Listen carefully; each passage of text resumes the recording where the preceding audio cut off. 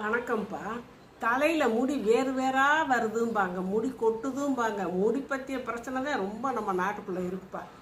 இதுக்கு நம்ம உடம்ப குளிர்ச்சியாக வச்சுக்கணும். கீரைகள், காய்கறிகள் இதுகளெல்லாம் நல்லா சாப்பிட்ணும். சும்மா கண்ட உணவை சாப்பிட்டு உடம்புல உள்ள சத்தை இழந்துட்டு போகக்கூடாது. நல்ல சத்தான உணவுகள் சாப்பிட்ணும்.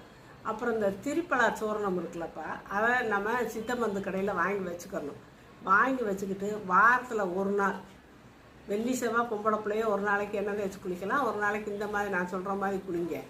அந்த திருப்பலா சோரணத்தை தேவையான அளவு எடுத்து போட்டுக்கோங்க. தேங்காய் பால் ஃபஸ்ட்டு அரைக்கிறோம் இல்லையா, ஃபஸ்ட்டு தேங்காய் பால் எடுத்து நல்லா குழச்சி மண்டையில் இந்த வேரெல்லாம் வர்ற வரைக்கும் தேய்ச்சி அரை மணி நேரம் வச்சு நீங்கள் குளிச்சு வாங்க. ஒரு நாளைக்கு எண்ணெய் குளியல், ஒரு நாளைக்கு இது.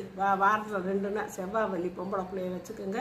அந்த முடியெல்லாம் வேரெல்லாம் ஸ்ட்ராங் ஆகி முடி கொட்டாமல் இருக்கும். அதனால் இந்த மாதிரி செய்யுங்க.